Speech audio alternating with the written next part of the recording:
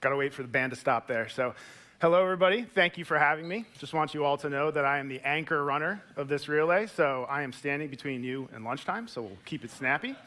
It also is good here to go last, because I can talk about some things, but I can learn from a lot of my colleagues as well. I actually got to walk away with some pretty interesting thoughts as we move forward and grow our relationship.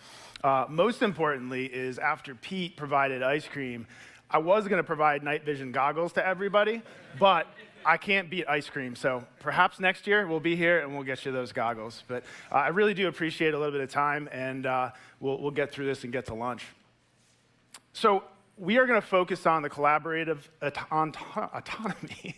Excuse me, that's hard. It's scale. And so what does that mean? Department of Defense, a lot of contractors, they start with something small. They start with a product that works, and then it grows because they start to work with their customers and build requirements, and then they start to get to the next generation of what they want to build.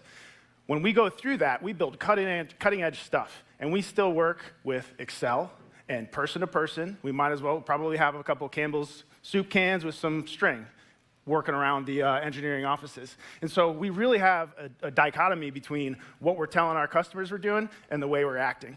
So oftentimes we talk to people in industry, like Pallantier and others, and we say, hey, help us come to the new age.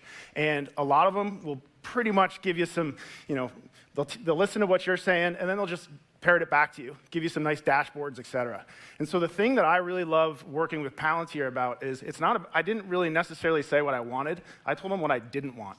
I did not want a dashboard to tell me I was in trouble. I know when I'm in trouble. I wanted someone to give me some predictives and some ways to take a look at those indicators and get me not only technologically advanced, but decisionally be able to be more agile and able to maximize costs and efficiencies. So we were talking about Formula One. Race weekend starts a couple hours, I think, down under. So this is apropos. Heidi Wood works for our corporation. Those that don't know, we're about a $20-some billion corporation, got a lot of people. Heidi is in charge of enterprise transformation across our organization. And what you see there, I'm not going to read you the quote, but it's about speed, right? Everybody wants speed. That's how you get into the market. That's how you win. However, when you grow, if you only care about speed, you create an enormous amount of waste. That's not efficient always. And so what we wanted to do was blend the two and be able to make sure that we were competitive but lean. Our corporate slogan is we want to be the trusted disruptor.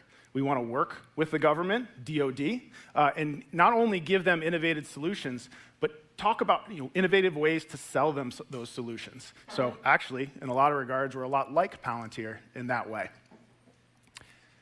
So what do? We have night vision goggles. So you think Call of Duty, you play with your kids, that's what we make. You see it in the movies, that's what we make, and more often than not, it's actually our product that you're seeing. We make aiming and illumination products as well, so think again the movies, the red dot, that's what we make as well. And as we see in the world, lots of stuff is going on.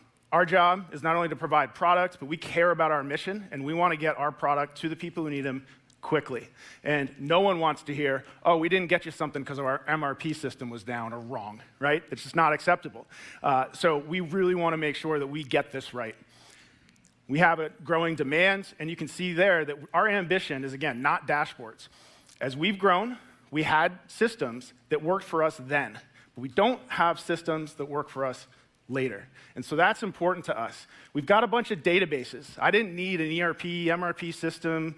Not that those are bad, but those are 5 years of implementation just to find out you did it wrong. Honestly, that's how that works.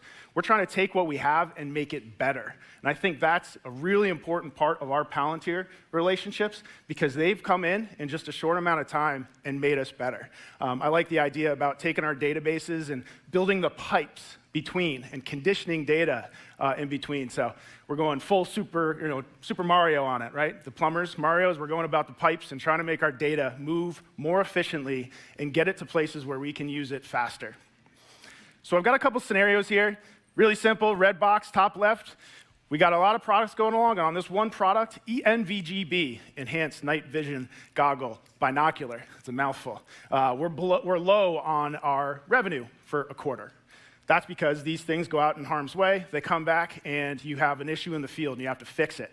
So from a business standpoint, I got to find out. We have many products. I got to figure out how I rotate something else in a quarter, short term, to get it into my revenue and get the cash out the door, product out the door, and then get the cash in. Cash is fuel for our speed.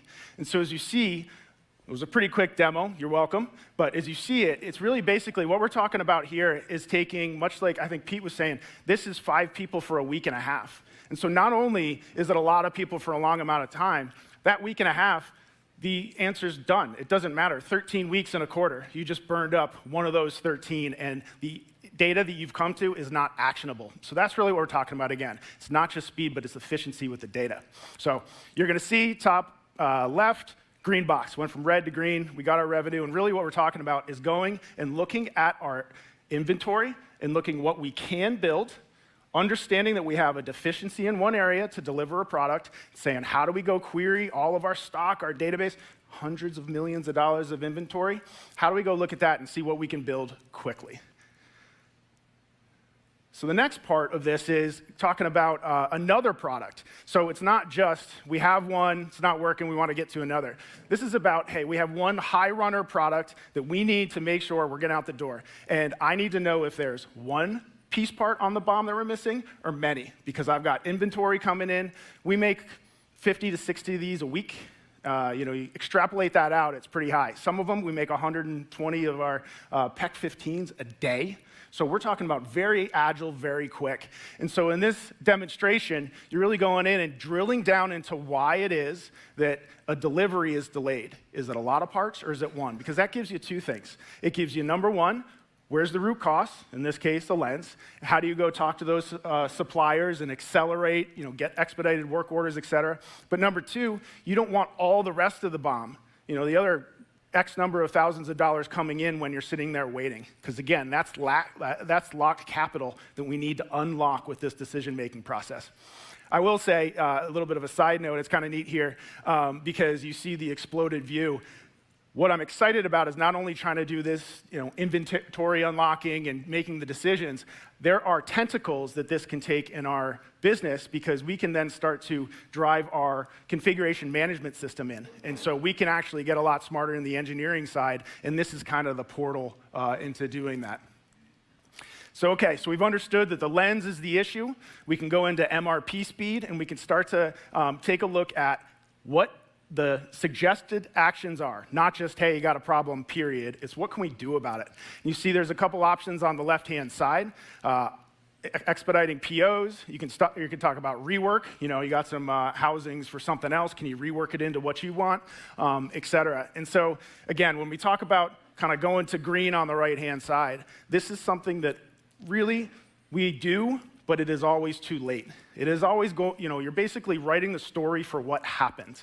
We're trying to write the story for what's going to happen and be able to use this proactively to make sure that we're making the right decisions with the resources that are in our building and spending money and making sure that we're unlocking inventory so that we can get the cash and meet our financial contributions. But again, I will stop with, much like Palantir, we have a lot of people we work with that are veterans and worked in the service, and so the why we do it is not hard to find. We're a for-profit company and all that kind of thing, but the why is really hard. But the how you do it is what we're trying to get to with the help of Palantir. So almost there. So together, I really already did this chart, but together I'm excited about this opportunity. I think it's like-minded companies that are working together, and I'm excited about where it's going to go. So enjoy your lunch, everybody. Thank you.